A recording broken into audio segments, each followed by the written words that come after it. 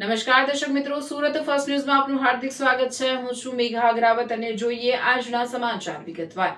સુરતમાંથી આ સમયે એક મહત્વના સમાચાર સામે આવી રહ્યા છે। શહેરના નાનપુરા વિસ્તારમાં આવેલી પોસ્ટ ઓફિસને બોમ્બથી ઉડાવી દેવાની ધમકી મળતા પોલીસ તંત્ર દોડતું થયું છે।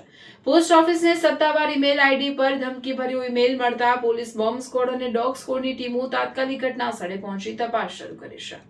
સુરતના નાનાપુરા વિસ્તારમાં આવેલી પોસ્ટ ઓફિસને બોમ્બથી ઉડાવી દેવાની ધમકી મળતા ચકચાર મચી ગઈ હતી। પોસ્ટ ઓફિસને સત્તાવાર ઈમેલ આઈડી પર ધમકીભર્યો ઈમેલ મળતા સમગ્ર મામલાની જાણ પોલીસને કરવામાં આવી હતી। ધમકીની માહિતી મળતાની સાથે જ પોલીસનો કાફલો ઘટના સ્થળે પહોંચ્યો હતો અને સુરક્ષાના ભાગરૂપે પોસ્ટ ઓફિસને તાત્કાલિક ખાલી કરાવવામાં આવી હતી। કોઈ અનિચ્છનીય ઘટના ન બને તે માટે સમગ્ર વિસ્તારને પોલીસ બંદોબસ્ત હેઠળ લેવામાં આવ્યો છે। આ સાથે જ બોમ્બ સ્ક્વોડ અને ડોગ સ્ક્વોડની ટીમોએ પોસ્ટ ઓફિસના પરિસરમાં સઘન તપાસ હાથ ધરી છે। શંકાસ્પદ વસ્તુઓની તપાસ કરવામાં આવી રહી છે અને દરેક ખૂણાની ઝીણવટભરી ચકાસણી ચાલી રહી છે। બીજી તરફ ધમકીભર્યો ઈમેલ કોના દ્વારા મોકલવામાં આવ્યો, તેનો હેતુ શું હતો અને તેની પાછળ કોઈ શરારતી તત્વો છે કે નહીં તે દિશામાં પોલીસે તપાસ શરૂ કરી છે। હાલ સમગ્ર મામલે વધુ તપાસ ચાલી રહી છે।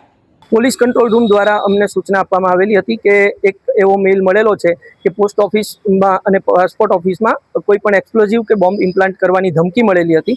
જે ધમકી મળ્યાને અનુસંધાને પોલીસે તાત્કાલિક પોસ્ટ ઓફિસ પર અને પાસપોર્ટ ઓફિસ પર જઈ પોતાની કાર્યવાહી કરેલ। BDDS ટીમ, અમારી જે બોમ્બની ટીમ છે, એને બોલાવી અને તાત્કાલિક સઘન ચેકિંગ કરાવેલું છે। તમામ જગ્યા ચેક કરવામાં આવેલી છે અને હાલ અત્યારે કોઈ પણ આવી વસ્તુ પ્રાથમિક દ્રષ્ટિએ કોઈ મળેલી નથી અને એની સમગ્ર BDDS દ્વારા ચેકિંગ કરતા આ ધમકી જે મળેલી છે એને અનુસંધાને કોઈ એવી શંકાસ્પદ વસ્તુ મળેલ નથી, જેથી હાલ સંપૂર્ણ શાંતિ છે। આ સવારના સમયે મેલ આવેલો હતો અને કંટ્રોલ રૂમ દ્વારા તાત્કાલિક પોલીસને, લોકલ પોલીસ તથા BDDSને અને તમામ એજન્સીઓને જાણ કરવામાં આવેલી અને એને અનુસંધાને તમામ એજન્સીઓ આવી અને કાર્યવાહી કાયદેસરની કરેલી છે।